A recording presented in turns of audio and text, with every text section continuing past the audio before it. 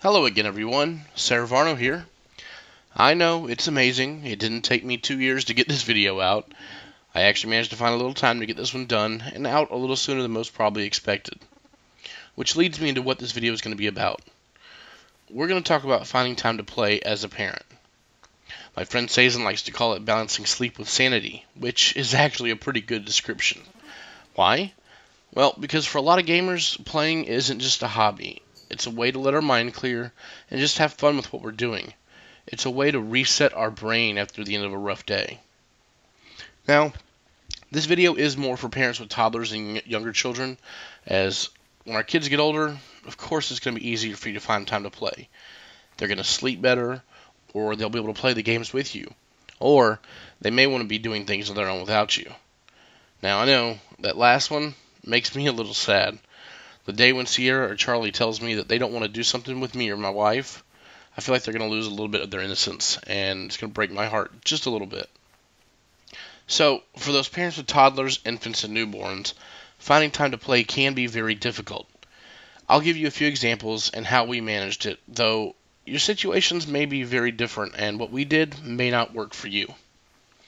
Now, when Sierra was newborn, she slept pretty well, but we had to stick to a 3-hour feeding schedule. The first week, though, was really rough as she wouldn't latch, and we ended up having to go with feeding from a bottle with pumped milk. She was born a little under a month before GTA 5 came out on 360, and since none of our crew was playing Ghosts at the time, I was really looking forward to having some game time with people on GTA. Well, when your newborn is on a 3-hour feeding schedule, that isn't always going to happen. We managed to let me find time to play by taking turns with feeding overnight. During the day, I really didn't play unless she took a good long nap. It worked out, though sometimes I'd take a double feeding shift to make it easier on Karen, or she would do a double shift and let me sleep or have a little bit of extra playtime. Taking turns with feedings is pretty much the standard choice a lot of couples make, and this is more about helping each other than just finding time to play. But it does benefit you in that respect because it gives you that time. As Sierra got older, it did get easier. She slept longer, and there was more time between bottle feedings.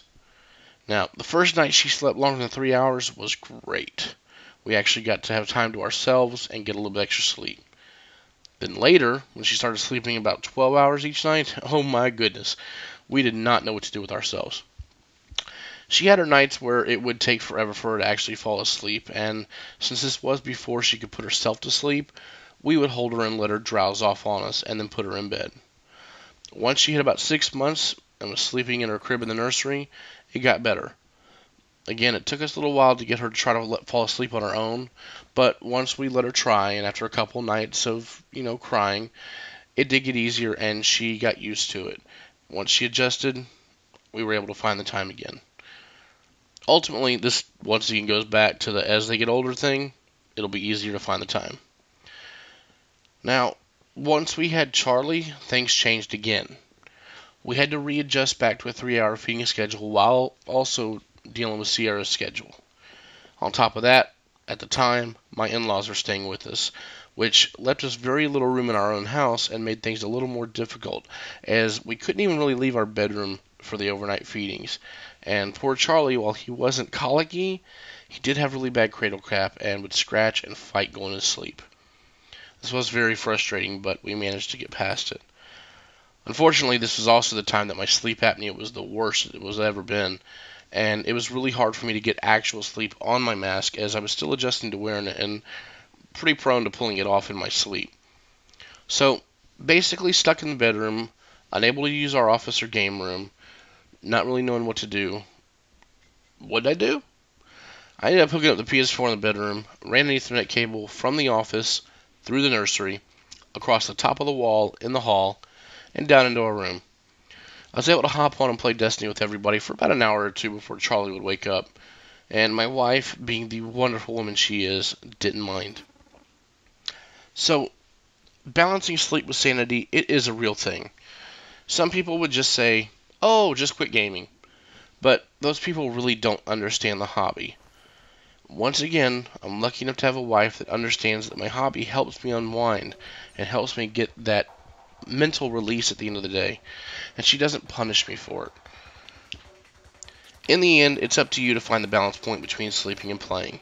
You need to make sure that you're getting the sleep you need so you can be the parent you need to be, but you also need to find the time for yourself to get that release that our hobby can provide. I know at the end of a rough day, after everyone else has gone to bed, having a good gaming night and lots of laughs with the crew can be the best medicine for me. Before I go, I wanted to make sure that I told you about the gameplay that you've been watching. It's from a fantastic game titled Neon Struct. It's available on Steam right now, and if you're a fan of games like the Old Thief series, it's definitely worth checking out. It is just the first level, and I didn't show everything as I didn't want to give too much about the game away, mainly so you could discover it on your own.